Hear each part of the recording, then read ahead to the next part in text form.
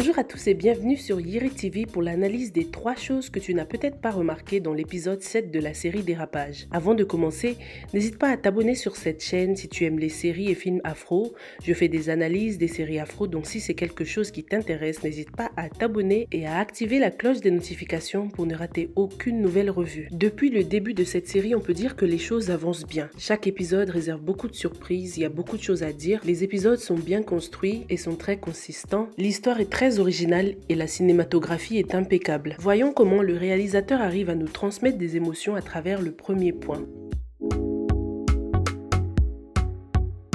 Dans cet épisode, le réalisateur utilise le hors-champ pour augmenter le suspense. En règle générale, l'image cinématographique est délimitée par un cadre. Et ce que l'on voit dans ce cadre, ou bien ce cadrage, c'est ce qu'on appelle le champ. Contrairement à ce que l'on ne voit pas, qu'on appelle le hors-champ. Parce que c'est une image qui est en dehors du cadre. Dans cet épisode, le hors-champ est utilisé pour augmenter la tension dans une scène. Lorsque Abi Diallo revient pour rejoindre Bachir, son regard donne l'impression qu'elle aperçoit Bachir de l'autre côté de la rue en train de se faire tabasser. En fait, c'est le hors-champ qui nous fait prolonger l'espace dans notre imagination. On construit l'image mentalement en s'imaginant que la réaction de Abi ou le regard de Abi est lié à ce qui est hors-champ, ce qui rajoute une tension visuelle. Alors qu'en fait, Abi était juste en train de se souvenir de son passé. Dis-moi si toi aussi tu as eu un petit moment de stress en pensant que Abi venait de voir Bachir de l'autre côté de la rue. Passons au point number 2, la grossesse de Yaa Fatou. Est-ce que tu as remarqué que Yaa Fatou est toujours enceinte?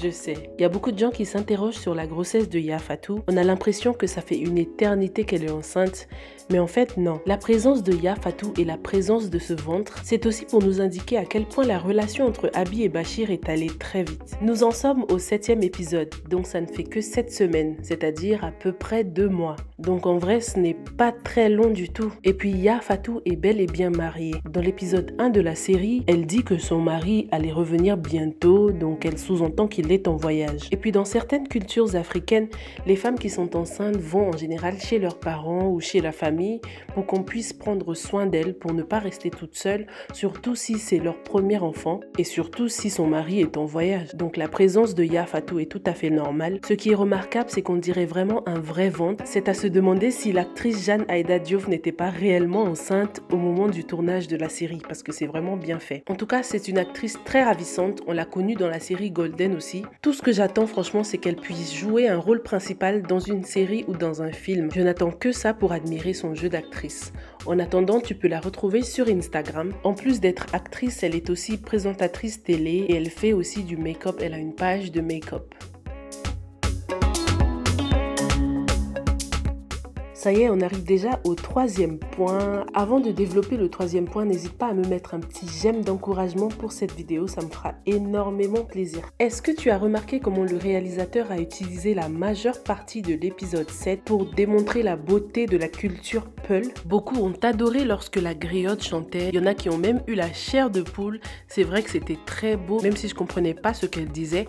Du coup, j'ai voulu en savoir plus sur cette chanteuse, cette griotte, et elle s'appelle Ouleye Lama. Ouleye Lama Nyong, pour être précise, c'est une chanteuse assez connue au Sénégal. Elle est même déjà passée à la télé sur une chaîne nationale. Et pour ceux qui souhaiteraient écouter d'autres musiques d'elle, il y a une chaîne YouTube à son nom, donc Ouleye Nyong. Certes, ces chansons Peul, Halpulaar étaient très belles, mais ne perdons pas de vue l'importance de cette scène. C'était donc la remise de la dot de Abi Diallo, et dans certaines cultures africaines, lorsqu'on a donné la dot, on peut considérer que le couple est marié en quelque sorte. Donc c'est une scène extrêmement importante, et c'est pour cela que le réalisateur y a consacré beaucoup de temps. En tout, la scène de la dot dure 1/4 d'heure, ce qui est assez énorme, sachant qu'une scène doit durer en moyenne 1 minute et demie à 2 minutes et demie. La scène de la dot, on la montre 3 fois pendant cet épisode. Et lorsqu'on la montre pour la dernière fois, elle dure 7 minutes, presque 8 minutes à l'écran. Tout ceci, c'est pour insister sur l'importance du moment. Toujours durant la scène de la dot, on voit que la mère de Abi est contente, mais elle n'est pas vraiment heureuse. Certes, elle est contente pour sa fille parce qu'elle ne veut que le bonheur de sa fille, mais sa couleur vestimentaire la démarque vraiment des autres. Même s'il y avait beaucoup de monde, c'était vraiment un festival des couleurs avec tous les basins colorés.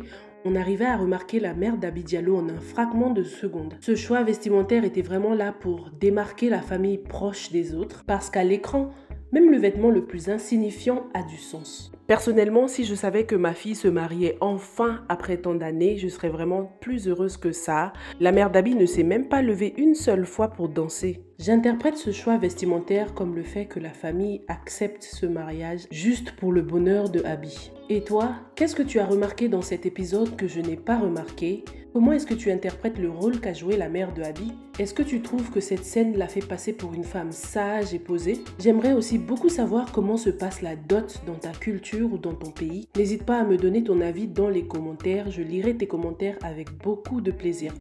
Chose promis, chose due, on va tout de suite attaquer le point bonus.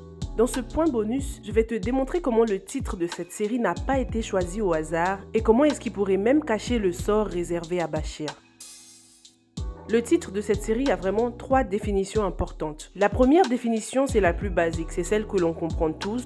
On comprend que le mot dérapage ici signifie que Bashir va venir bouleverser la vie de Abby, parce qu'il va lui faire baisser sa garde et ouvrir son cœur. Le titre dérapage fait aussi allusion aux pages du blog de Abby qui s'appelle Musso, ce blog qui lui sert à dénoncer le comportement des hommes. Mais la troisième signification de ce titre, qui est pour moi la plus importante, c'est le fait que ce titre dérapage fait aussi allusion au sort réservé à Bashir. Le mot dérapage, c'est aussi un mot qu'on utilise dans le registre de la voiture, de l'automobile. On fait un dérapage lorsqu'on perd le contrôle de sa voiture. C'est un mot qui a une connotation négative et à mon avis, il signifie que Bashir perdra le contrôle sans faire exprès bien sûr, parce que lorsqu'on fait un dérapage, on ne le fait pas exprès, la voiture échappe à ton contrôle, donc cela signifie que Bashir ne pourra pas contrôler ses sentiments, il tombera dans son propre piège. Et en fait, c'est quoi les conséquences d'un dérapage? C'est soit tu reprends le contrôle de ta voiture, donc soit tu reprends le contrôle de ta vie, soit tu te fracasses, tu fais un accident.